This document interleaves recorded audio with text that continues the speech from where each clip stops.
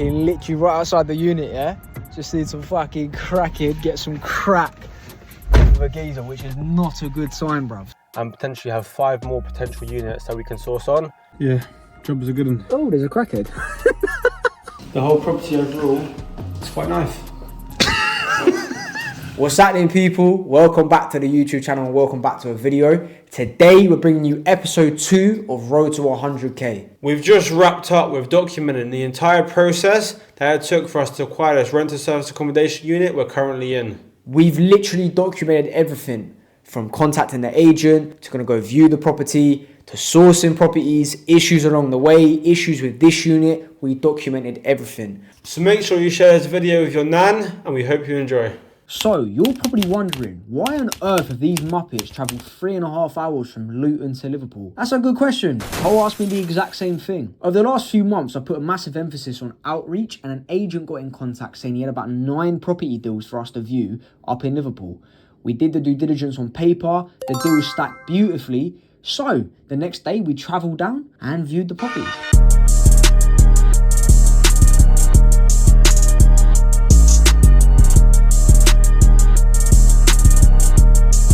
So the first lot of properties that we viewed were all within one block. It was a 1-bed and 2 studio properties. We actually ended up sourcing the 1-bed onto an investor, and the 2 studios that we viewed, we run the numbers and spoke to a management team. Unfortunately, them properties didn't stack.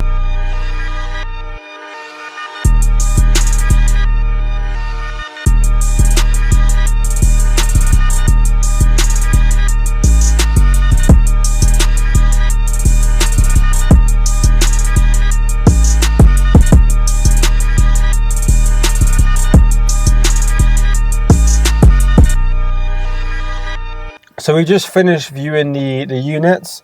There was overall 9 units. We spoke to one of the geezers and he basically said there could be 5 potential that you can view because there are no guests in the property. We arrived here and found that there was only one 1-bed and 2 studios that we could view. So we had a total of 3 viewings, which isn't ideal seeing as we travelled 3.5 hours. But then Adam was like, cool, we've travelled 3.5 hours, it's a long way for us to go. We need more. So we basically had a chat with the guy and said, have you got any more units, houses, apartments, the whole lot that we can view? Because obviously we travel quite a far away. We want to make the most out of our day here before we go back. So I spoke to the guy. Guy sent us like 5 extra properties we can view. So we're going to obviously work out what direction they're in and try and line them up so we can go view one after the other and potentially have 5 more potential units that we can source on. We haven't done the numbers on them, but that doesn't matter because obviously we're here now. It will take too long to do the numbers. So we'll view them first and do the numbers later. So let's go.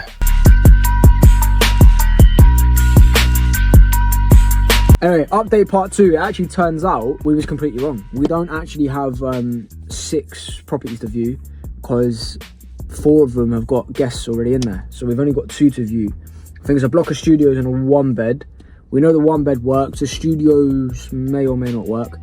Depends on what we can get the rent down to. And then just around the corner from this one, we've actually got a house. It's a 4-bed. Or 3-bed, it's one of the 2. But speaking to our business partner Jamie, he said at the rent that they've got and the bills, it should work. So gonna go through them now, mate. You know what I mean? Do you want to? Yeah, job is a good one. Oh, there's a crackhead.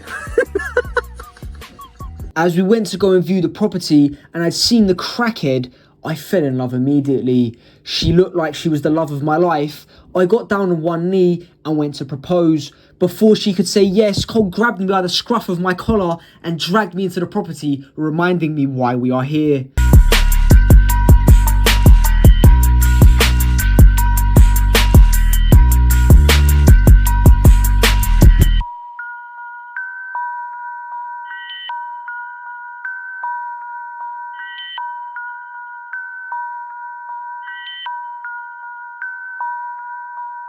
Mr.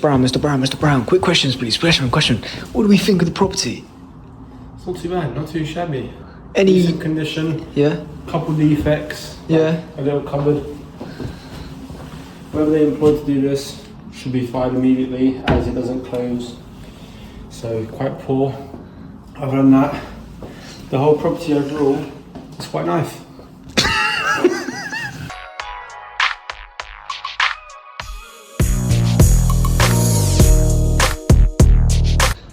There's a fucking drug deal going on right behind me, mate.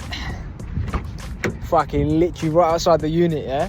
Just need some fucking cracking, get some crack with a geezer, which is not a good sign, bruv. So make sure you look out for crackheads. As soon as I had finished filming that clip you had just watched, I burst into tears. The love of my life cheating on me with a disgusting drug dealer. How could she? And I realised very, very quickly, we can't source this deal, as if there are crack deals being done on the doorstep, it's a no-go for an investor. The agent has just sent us another property to have a look at. This one's a 4-bed, 1-bathroom property. We're going to go have a look inside now, and Jamie's going to analyse the numbers. Let's go.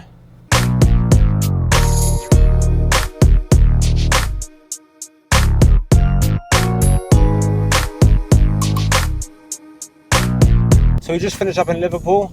We went around the 4-bed property, which was a house near Liverpool Stadium. And surprisingly, it actually has a lot more potential. We think it has a lot more potential than we first thought, if that makes sense. We've done a bit of like quick due diligence, as it was more of like a last minute viewing. We did quick due diligence. Numbers are quite good, and the rent is actually quite low. So if the numbers we've looked at so far are true, and obviously we can use them as comparables, it could turn out to be quite a good deal. Now, with the numbers we've got so far, it turned out to be like quite a good deal to where we might actually look at taking it on ourselves and basically run it as a R2SA for ourselves, as there was quite a lot of potential. The rooms, we can obviously add our touch to it, and because location wise, it was basically in a prime location in Liverpool. Being a 4-bed, it could sleep anywhere between about 9 to 12 guests at any one time, which is always a good thing. Through the viewing, Adam basically spoke to one of his partners who he'd been liaising with recently about 2 properties in Wellingborough.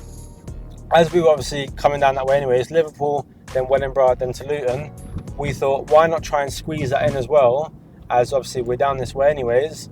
Dropped our partner a call. She said, cool, I'll try and arrange a viewing. We spoke to the landlord, got a viewing arranged, and then a 2.5-hour trip later, we've made it to Wellingborough.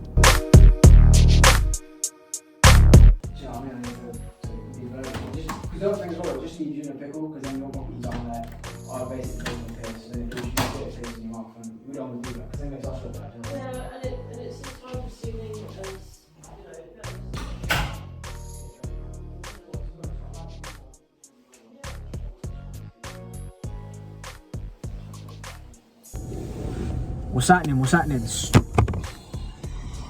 What's happening? Right, so update about the, what was it? Wellingborough. We're in Wellingborough, Northamptonshire. So met the landlady, lovely lady. She actually had 2 properties for us. One has the slight potential for R2SA. The other one has potential for HMO, rent to HMO. Rent to HMO, she initially was looking at renting it out to Serco. Now, anyone that knows providers knows that Serco does sometimes pay above the market rate or pay quite high. So we won't be able to offer her that. But there is potential. It's a first glance, bit of a rough area, so we are definitely going to take that into account. But we're going to offer on both of them and just see what happens. I mean, I know we briefly offered on the 3-bed for R2SA, and that already worked. She agreed to that rent, so it's just about making sure that the area is acceptable for that, and then yeah, just doing some more due deal on the rent to HMO. I mean, it's like your average busy estate, and then just across the road, across a little field, is the middle class busy estate sort of thing. Like, so it's not terrible. The property inside of it is like a bit dated, but it works for HMO. As we was travelling home, I had seen it again. The love of my life in a different town. I jumped out the car, went to propose, but my brother now grabbed me by the ear, dragged me back into the car and told me no. Remember what happened last time?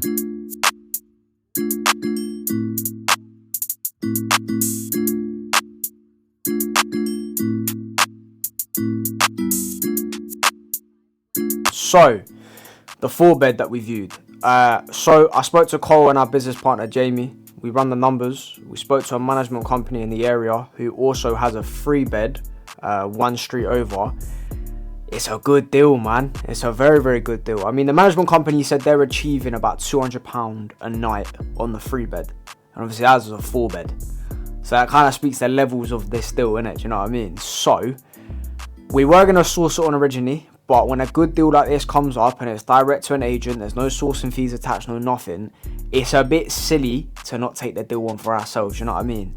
We are going to do some final due diligence. I'm going to sit down with Jacob and his sister Sophie, the guys that are managing our property, have a final chat. And then, yeah, mate, listen, if it stacks as good as we reckon it stacks, then we're going to take it on. And in the next clip, you're going to see me analysing it on our deal analyzer. So I will see you lot there. So the bit that everyone cares about, because it wouldn't be a good deal if the numbers were shit. So we've worked out that there's an average nightly rate of £200 a night. And this is based off of comparables on Airbnb.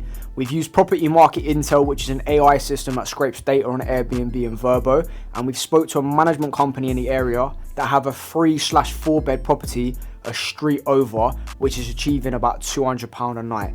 Now, obviously, we understand that it's not always going to be £200 a night and it does fluctuate. But the beauty about this deal is the deal still breaks even at 150 a night. So obviously, if I put that into the analyzer, you're going to see that we're still breaking even at 50% occupancy by £21.25. So we've got between 150 and £200 a night to work with, which means we've got a good chance of making some decent dough. But if I switch that back to £200 a night, you can see at 50% we're making 595 quid every single month in pure profit. So the rent to the landlord is £1,200 a month. Management, because we have an amazing management company, it's 10%. Obviously, booking fees, because Airbnb loves to suck you dry, it's 15%. Bills, we've got a 4-bed property. The bills are going to be quite hefty. It's £450. Now, maintenance. Some people don't include maintenance. Other people do. We like to just say, listen, the 50 quid's there. If it's used, then obviously sweet as, we've got it there. If it's not used, then guess what? That's an extra 50 quid in our pocket, right? So obviously there, you can see it's a £50 maintenance buffer, which means at 50% occupancy, we're achieving £595 a month in profit, which is rather nice. When you start hitting your 70 and 80% occupancies, you start hitting your 1,500 to just under £2,000. And obviously, if we can secure them longer term bookings and get 100% occupancy, we're getting 2,890 quid a night. So here's a breakdown on our initial investment. So the numbers work out to be £1,200 on the rent. The deposit, the agent wants £1,200, which makes sense. Now the staging, this is broken down into 2 sections. So when we were speaking to the agent, there's furniture already in there that we have to pay for. So that's going to be a £2,000 fee. Now we've spoken to a staging company.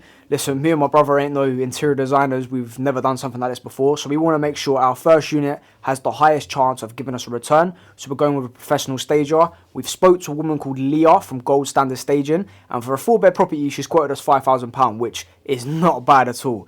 Now, you're going to see here, it says sourcing fee. What that actually is that contingency, just to make it easier, obviously, for us to read. I've just put it there. The £1,000 is obviously if there's little things that we don't think about that our management company tells us about that we need, we've got up to £1,000 as a buffer. Now, all in, that's £10,400. And at a 70% occupancy rate, we will make our money back in 7.8 months, which ain't too shabby.